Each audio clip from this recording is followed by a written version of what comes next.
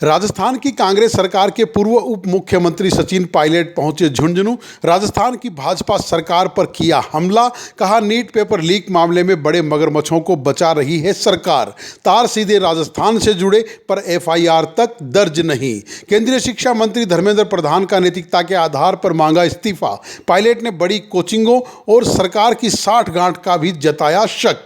NEET paper leak मामले में और नीट के विद्यार्थी प्रदीप माहिच आत्महत्या प्रकरण को लेकर कांग्रेस के वरिष्ठ नेता सचिन पायलट ने रविवार को झुंझुनू जिले की गुड्ढा बावनी पंचायत स्थिति कनिका की ढाणी पहुंचकर परिजनों से मुलाकात की। इस दौरान उन्होंने प्रदेश की भाजपा सरकार पर गंभीर आरोप लगाते हुए कहा कि सरकार बड़े बड़े पेपर माफियाओं को बचाने में लगी हुई है। प्रदीप माहिच के परिजनों से मुलाकात के बाद पत्रकारों से बातचीत में सचिन पायलट ने कहा कि प्रदेश सरकार पिछले 2.5 साल से पेपर लीक मामलों में बड़े बड़े मगरमच्छों को पकड़ने और बड़ी बड़ी मछलियां पकड़ने की बात कर रही थी, लेकिन अब जवाब देना चाहिए कि नीट पेपर लीक मामले में आखिर कितने मगरमच्छ पकड़े गए और कितनी मछलियां सामने आई। उन्होंने आरोप लगाया कि नीट पेपर लीक के तार सीधे राजस्थान से जुड़े हैं। इसके बावजूद भाजपा सरकार दबाव में काम कर रही है और बड़े मगरमच्छों को नाम तक नहीं ले रही है, यहां तक कि एफआईआर तक दर्ज नहीं की जा रही। पायलट ने कहा कि कांग्रेस 22 लाख विद्यार्थियों के भविष्य की लड़ाई लड़ रही है और केंद्र सरकार से जवाब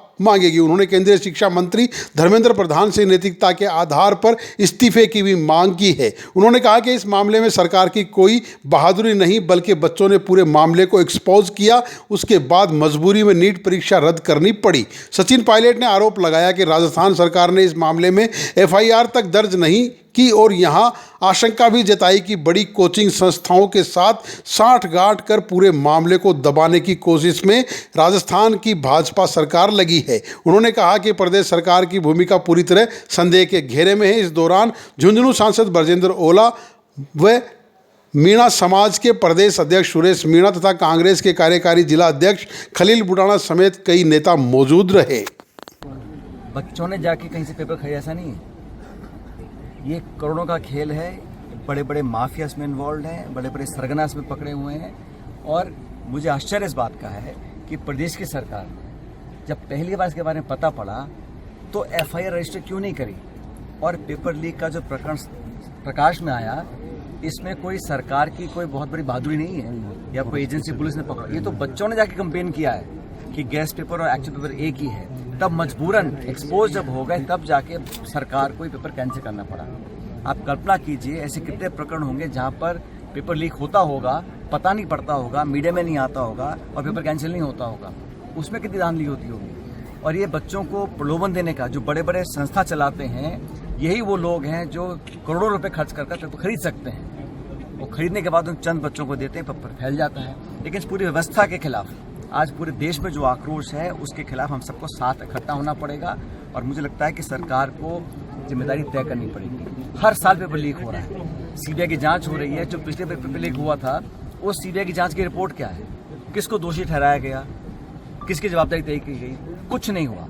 आज भी मैं पेपर लीक को एक ऐसा जुल्म मानता हूँ, ऐसा एक क्राइम है जिसकी जितनी सजा दी जाए वो नाकाफी है। और भविष्य में बच्चों के फ्यूचर के साथ खिलवाड़ करने का अधिकार किसी को नहीं है। किसी नेता को, अधिकारी को, कर्मचारी को, व्यवसायी को, संगठन, किसी को नहीं है। हमारे देश के नौजवानों के भविष्य को अंधकार में डालने का किसने अधिकार दिया है? वो लोग जो इसमें इन्वॉल्व हैं, सुन लीजिए, जो लोग इसमें इन्वॉल्व हैं उस पर कार्रवाई करने के लिए आपने सीबीआई को जांच दे दी है। लेकिन जो 3 साल से लगातार लीक हुआ है, अब तक किसको दंडित किया गया है? और जिस विभाग में हो रहा है उस विभाग के शिक्षा मंत्री को नैतिक जिम्मेदारी लेते हुए इस्तीफा देना चाहिए।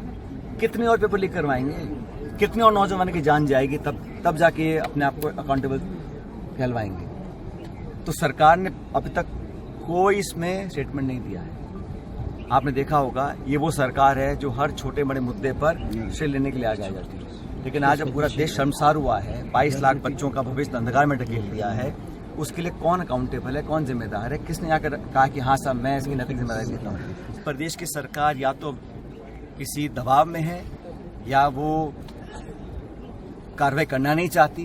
क्योंकि मत भूलिए, जब इतने सारे बच्चों ने कंप्लेन करी और जब एनटीए की कंप्लेन दिल्ली में हुई तो एनटीए ने फिर आईबी और प्रदेश सरकार को सचेत किया। लेकिन प्रदेश की सरकार इतने दिन किसके दबाव क्या था, व्यवस्था क्या थी कि आपने एफआईआर दर्ज नहीं करी? जब सीबीआई ने एफआईआर दर्ज कर रही है तो यहाँ पर जब पकड़े गए 14-15 लोग पहली बार पकड़े गए थे तो किसके दबाव में, किस कारण से आपने ये एफआईआर दर्ज नहीं करी? जब पुलिस अधिकारी खुद बोल रहे हैं फिर भी सरकार ने एफआईआर दर्ज नहीं कराई, मतलब कुछ छुपाना चाहते थे। मैं फिर कह रहा हूँ, ये जो बड़ी बड़ी संस्थाएं हैं जो सिस्टम चलाती हैं, हजारों बच्चों को पढ़ाने का, कोचिंग का काम करते हैं, इन्हीं लोगों ने कहीं ना कहीं सांठगांठ की होगी, ऐसा लगता है, प्रतीत होता है मुझे। क्योंकि कोई बच्चा जो गांव में पढ़ रहा है वो कहाँ से लेके आएगा 10-50 करोड़ रुपए? तो कोई ना कोई बड़ा इसमें सरगना है, बड़ा माफिया इन्वॉल्व है और उसका नाम उजागर करने में सरकार संकोच कर रही है, प्रदेश सरकार भी कर रही है, केंद्र सरकार भी कर रही है। दबाना पहला जो रिएक्शन होता है दबाने का होता है। अब उन परिवार वालों के साथ ने दुर्व्यवहार किया, उनको भला बुरा कहा, गाली गलौज किया, ऐसे नाजुक मौके पर ये क्या प्रतीत होता है इससे कि सरकार की मंशा क्या है? मामले को दबा दिया जाए, ये प्रकाश में ना आए, जन भावना को इसमें हम जोड़ नहीं पाए। लेकिन मुझे खुशी है इस बात की कि इस वक्त पूरे देश का नौजवान जागरूक हो चुका है और हम लोग चाहते हैं कि सिर्फ बात एक दल, एक पार्टी की विचारधारा की नहीं है, पूरे देश के नौजवानों को जवाबदेही तय करनी चाहिए। शिक्षा मंत्री का इस्तीफा लेना होगा और हम लोग जितनी मदद हो सकती है, अभी हमारे एनएसयूआई के जो राष्ट्रीय अध्यक्ष हैं वो भी 2 दिन पहले यहाँ पर आए थे, परिजनों से मिले हैं और उन्होंने भी आर्थिक मदद देने का उनको वादा किया है। अब मैं एक अच्छा कदम मानता हूँ कि पूरे संगठन ने मिलकर उनको 11 लाख रुपए की नकद मदद देने का उन्होंने आश्वासन दिया, जो कल परसों आके दे देंगे। उसके बाद भी अगर कुछ मदद होगी परिवार को तो राहुल जी ने खुद इनसे बात की है, पूरी कांग्रेस पार्टी ने समर्थन दिया है और हम सब इस परिवार के साथ। जब छोटा मोटा कोई उद्घाटन या प्रोग्राम होता है तो श्रेय लेने के लिए सारे नेता पहुंच जाते हैं, केंद्र के, प्रदेश के। इस प्रकरण में ना तो कोई बोल रहा है और वो लोग जो मुखर होकर बहुत बोलते थे विपक्ष में, आज वो चुप बैठे हैं। आज वो नौजवानों के न्याय के लिए क्यों नहीं आगे आ रहे? और मैं हमेशा से, हम लोगों ने, चाहे दल कोई हो, सरकार किसी की हो, हमने हमेशा नौजवानों के लिए, पेपर लीक के खिलाफ, और आज फिर कह रहा हूँ 2.5 साल हो गए ये सरकार ने वादे किए थे कि बड़े मगरमच्छ पकड़ेंगे, बड़ी मछलियां पकड़ेंगे। अब जब इतनी बार पेपर लीक हो गया और नाम राजस्थान से जोड़ रहे हैं तो किसको आपने पकड़ा, किसको अंदर किया, किस पे केस किया, बताया सरकार? सर जब पूरा घटनाक्रम हुआ तो प्रशासन ने, पुलिस ने बहुत दुर्व्यवहार उनके साथ किया और ऐसे नाजुक मौके पर अगर पुलिस और प्रशासन इस प्रकार का व्यवहार करते हैं तो उन पर कार्रवाई होनी चाहिए। उन्हें लिखित में उन्होंने मुझे पूरी जो घटनाक्रम का विवरण दिया है और मैं चाहूँगा सरकार इस पर कुछ कार्रवाई करे।